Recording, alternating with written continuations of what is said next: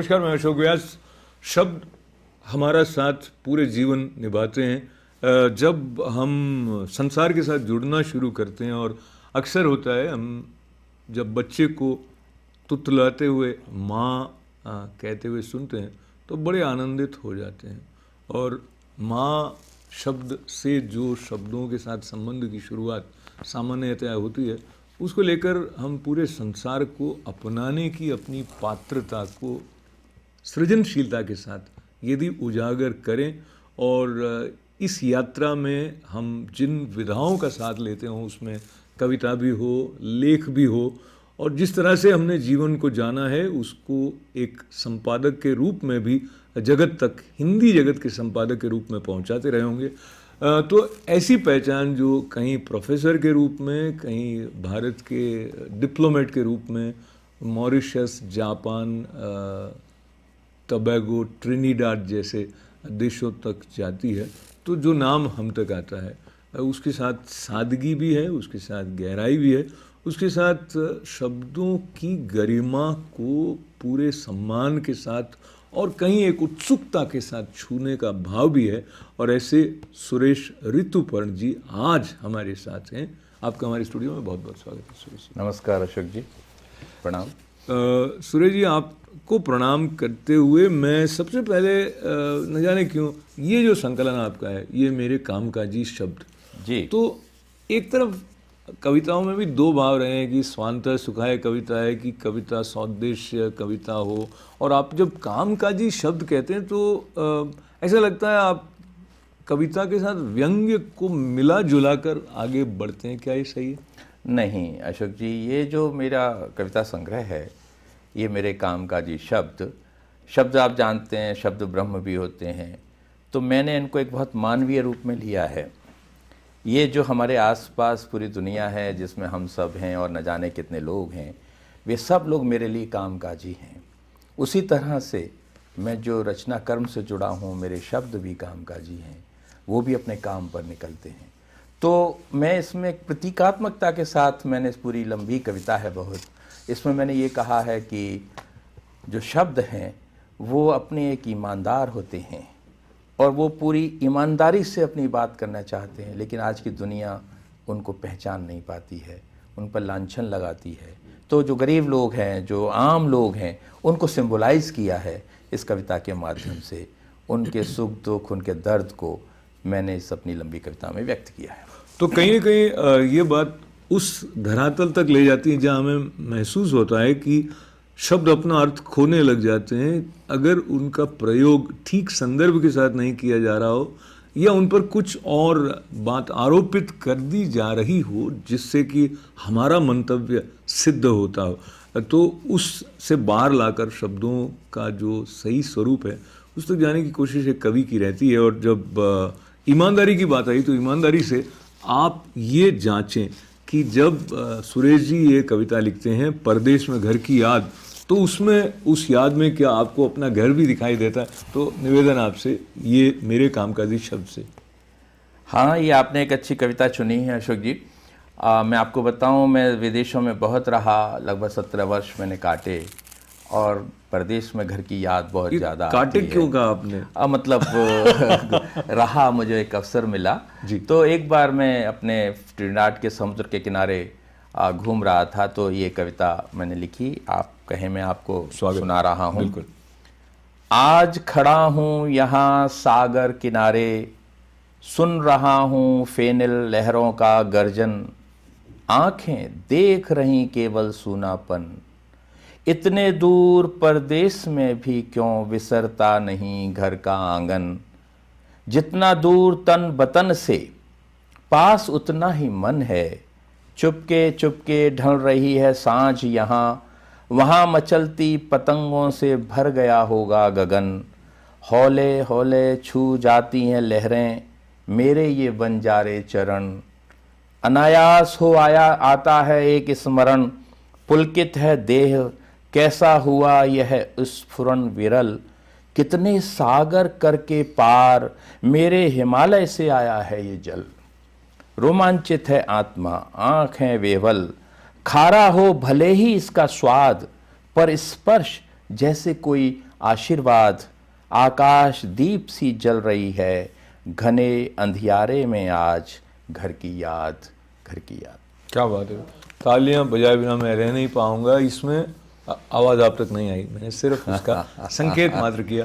पर ये जो संकेत होता है जीवन में एक क्षण में, वो कितने विविध भाव हमारे प्रति उजागर करता है, उसको जो संवेदनशील सुरेश ऋतुपर्ण जी जैसा कवि मन है वो कई स्तरों पर पकड़ता है। तो इस कविता में कहीं एक तरफ भावनात्मक जो भाव है अपने स्थान के साथ जुड़े रहने का और स्मृतियों में पतंगों की याद, वहाँ से लेकर एक आध्यात्मिक जो प्रवाह है परंपरा से जो चला आ रहा है, सनातन परंपरा का, वह भी इस कविता में कहीं ना कहीं हम तक आ रहा है। तो बहुत सारे आयाम एक साथ आपके भीतर हैं जी। अब आपके इन आयामों का जो उद्गम है उसकी तरफ जाने का थोड़ा सा प्रयत्न आपकी अनुमति से करें तो प्रारंभिक जो आपका शब्दों के साथ संबंध है और कविता की तरफ आपका खिंचाव है, ये आपको कब पता चला,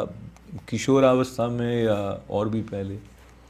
असल में मेरा जन्म मथुरा में हुआ और मैं वहाँ के एक प्रसिद्ध कॉलेज चंपा अग्रवाल इंटर कॉलेज में पढ़ता था। उन्हीं दिनों वहाँ कविता प्रतियोगिताएं जैसी चीज़ होती थी, लोगों को उत्साहित किया जाता था कि वो कोई रचना पढ़ें। तो मैंने किसी और की कविता अपने नाम से वहाँ सुनाई थी। तो मेरे गुरु ने कहा कि देखो, किसी और की रचना अपने नाम से सुनाना गलत है, तुम खुद लिखोगे और फिर अपना नाम दोगे तो अच्छा होगा। तो वो मेरा पहला सबक था लेखन के प्रति। उसके बाद जब मैं हिंदू कॉलेज में आया दिल्ली यूनिवर्सिटी में सन 1965 में, तो मुझे बहुत सारा साहित्य पढ़ने का अवसर मिला अपनी लाइब्रेरी के अंदर, और तब मुझे लगा कि मैं कविता कर सकता हूँ, लिख सकता हूँ, और मैंने लिखना शुरू किया।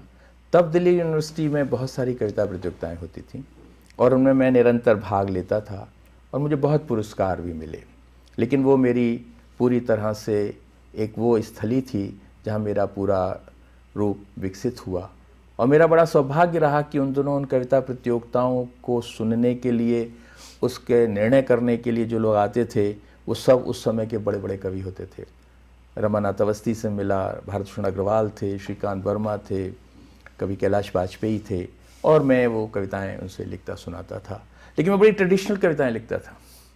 जैसे उन दोनों 65 में लड़ाई हुई थी, तो माँ तुम्हें लिख रहा हूँ सीमा से ये पाती, मैंने तुम्हारे दूध को नहीं लजाया है, सच कहता हूँ माँ मैंने बैरियों को चारों खाने चित्त गिराया है, भुट्टो का भुट्टा भून दिया, जैसी कविताएं मैं लिखता था। लेकिन मैं देखता था कि निर्णायकों पे कोई असर नहीं होता था। तो मुझे लगा कि शायद मेरा मुहावरा वक्त के साथ नहीं है, और फिर धीरे धीरे मैंने जब चीज़ों को पढ़ा तो मेरी समझ में आया कि कहीं कुछ गड़बड़ है। उन्हीं दिनों आप याद करें सन 1967 के आसपास की बात है, इजराइल ने काहिरा हवाई अड्डे पर खड़े हुए मिग स्क्वाड्रन को पूरी तरह से ध्वस्त कर दिया था, और कर्नल नासिर बहुत नाराज़ थे और लग रहा था कि अब तीसरा विश्व युद्ध हो जाएगा। एक अजीब से काले बादल घुमड़ते नज़र आने लगे, जैसे खुर्शोव एक तरफ थे, अमेरिका एक तरफ था, और वैसी स्थिति आज भी है। तो तब मैंने एक कविता लिखी थी, एक और मेघदूत। न जाने कब कहाँ से, सॉरी मेरी किताब का आप देंगे, अकेली गौरैया? ये अकेली गौरैया देख, जी नहीं, मैं इसमें से ले लेता हूँ जी, मैं इसमें से ले लेता हूँ। मैं उस कविता का आपने रेफरेंस आ गया है तो मैं इसे सुना रहा हूँ जी। कहीं दूर से थके चले आते काले धुएं के बादल मुझसे आ लिपट जाते हैं, मेरा चेहरा भयाक्रांत सफ़ेद होता जाता है, मुझे लगने लगता है कालिदास झूठा था, कैसे ले जाते होंगे ये काले मेघ यक्ष का प्रेम संदेशा, कि ये काले बादल तो हर बार भय का ही संदेशा लाए हैं मेरे नाम।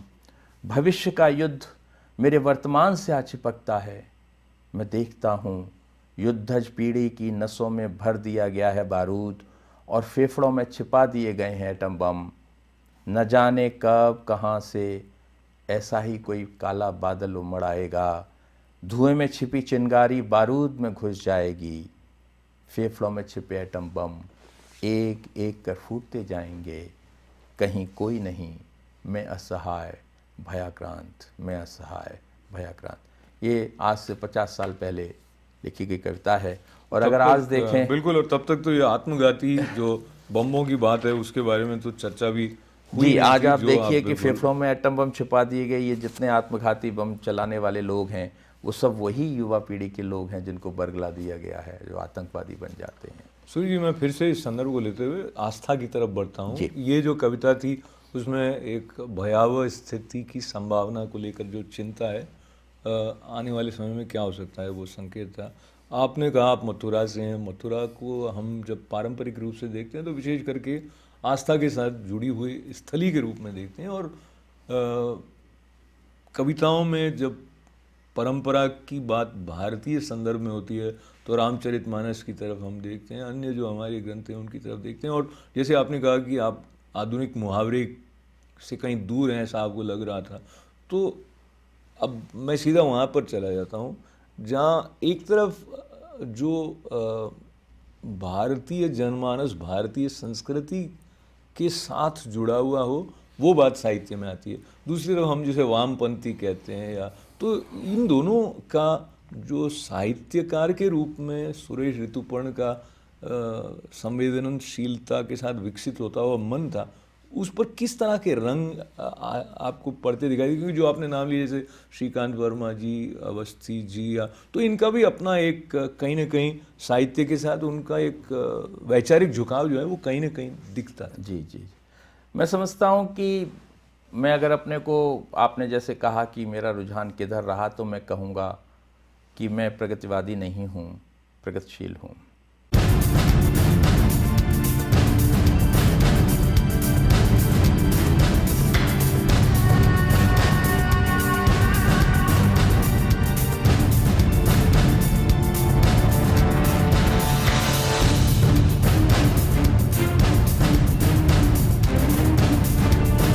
क्योंकि जीवन को निरंतर आगे बढ़ते हुए उसके प्रवाह में देखना हर व्यक्ति की एक पहचान होती है। मेरी भी वो पहचान है कि मैं हमेशा आगे की ओर देखता हूँ और भविष्य की ओर देखता हूँ, और मुझे हमेशा लगता है कि जो हमारा वर्तमान है, अगर हमने उसको पूरी शिद्दत से जी लिया तो हमारा भविष्य भी अच्छा ही होगा। क्योंकि भविष्य कुछ नहीं है, अतीत की स्मृतियाँ हमें वर्तमान में जब लाती हैं तो हमारा भविष्य भी सुंदर हो जाता है। और आस्था तो मैंने कभी छोड़ी नहीं है। मेरी कविताओं में आस्था के बहुत सारे स्वर मौजूद हैं, और आप कहेंगे तो मैं आपको आस्था से जुड़ी हुई कोई कविता सुनाऊंगा बाद में। आप इसी में से मैं सुनाता हूँ, लाइए जी। पर एक मुझे कविता लगी कि धुन होठों, वो भी हम आपसे सुने और हमारे दर्शकों तक पहुँचाएँ यदि। जी ज़रूर। ये कविता जो आप मुझसे कह रहे हैं, ये एक ऐसी कविता है जो एक युवा मन की आकांक्षाओं से जुड़ी कविता है और बहुत ही प्रतीकात्मक है। धुन ओठों पे नहीं शीर्षक है। एक धुन की तलाश है मुझे जो ओठों पे नहीं शिराओं में मचलती है, लावे सी दहकती है पिघलने के लिए, एक आग की तलाश है मुझे। एक धुन की तलाश है मुझे जो ओठों पे नहीं शिराओं में मचलती है, लावे सी दहकती है पिघलने के लिए, एक आग की तलाश है मुझे कि मेरा रोम रोम सीज उठे और मैं तार तार हो जाऊं, कोई मुझे जाली जाली बुन दे कि मैं पारदर्शी हो जाऊं। क्या बात है, बहुत एक खुशबू की तलाश है मुझे, एक खुशबू की तलाश है मुझे कि भारहीन हो हवा में तैर सकूं, महीन हल्की बारिश की महीन बौछारों में कांप सकूं, गहराती सांझ के सलेटी आसमान पर चमकना चाहता हूँ कुछ देर, एक शोख चटक रंग की तलाश है मुझे। ये फिर से कहीं गहराई।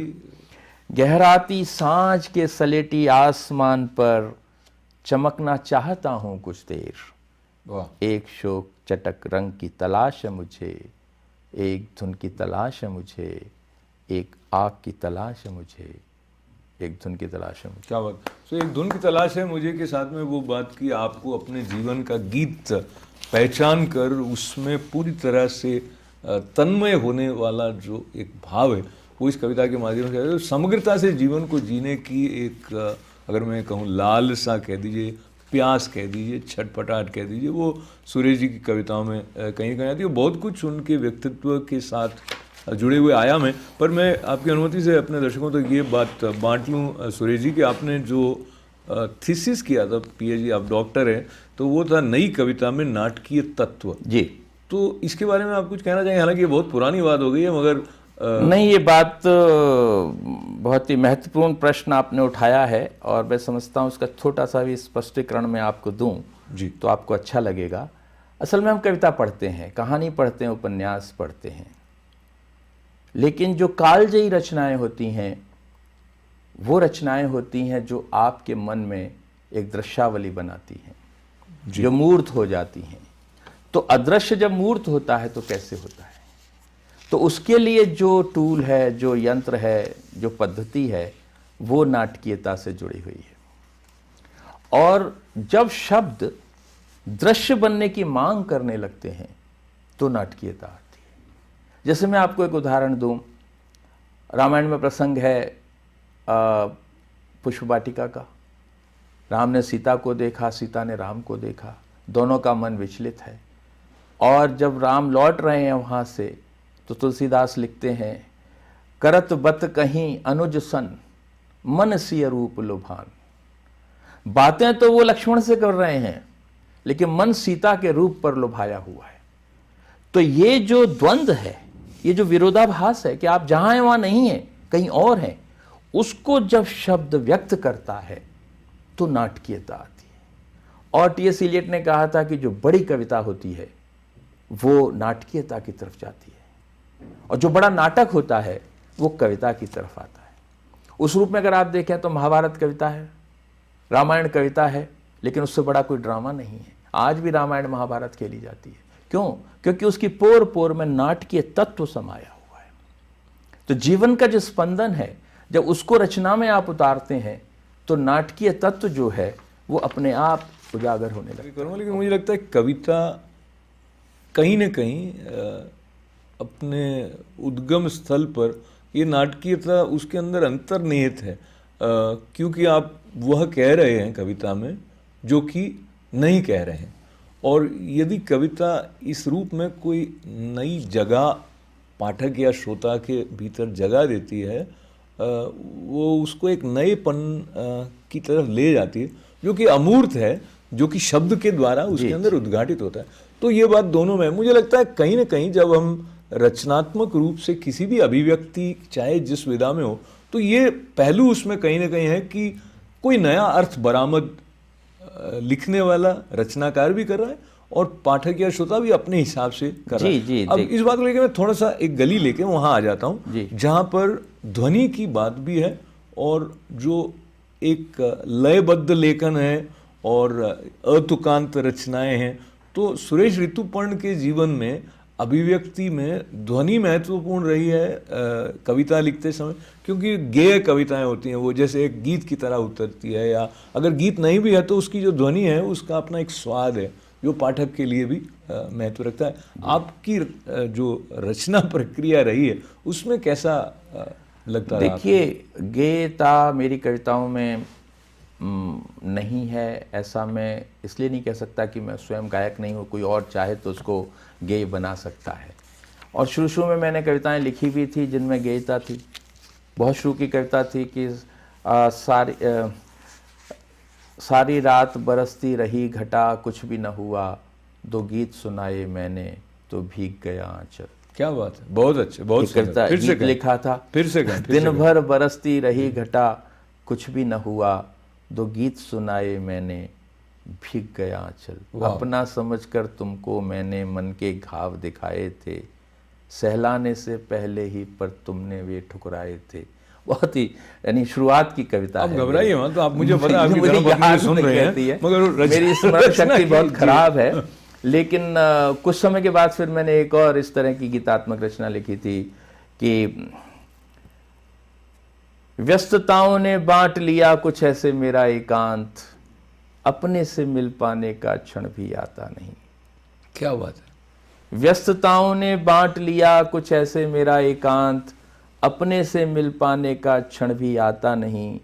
कि वक्त पहन घिर्रियोंदार जूते फिसलता ही जाता है, कि वक्त पहन घिर्रियोंदार जूते फिसलता ही जाता है। यात्रा पर तो निकला हूँ पर मन साथ नहीं चल पाता है, पर कटी चिड़िया सी विवशता है कुछ ऐसी मेरी, पीछे छूटी पगडंडी का पता याद आता नहीं, अपने से मिल पाने का क्षण भी आता नहीं। क्या बात, इस तरह की कविता लिखी। बढ़िया। लेकिन धीरे धीरे कुछ ऐसा हुआ कि मुझे लगा कि नहीं, मेरे लिए जो मेरा अपना मुहावरा है वो कहीं तुकांत कविता की तरफ जाता है। लेकिन ये एक मिसकंसेप्शन है लोगों का कि जो कविता तुकांत रूप में लिखी गई है वो उसमें तुक नहीं है या उसमें कोई गेयता नहीं है। अच्छा, तो मैं स्पष्टीकरण देना चाहता हूँ कि जब मैं ध्वनि की बात कर रहा हूँ तो उसमें लय उस प्रकार से कि आया लाया गया वो वाली नहीं है, वो अपने आप में एक आपकी कुछ कविताओं में वो है एक्चुअली।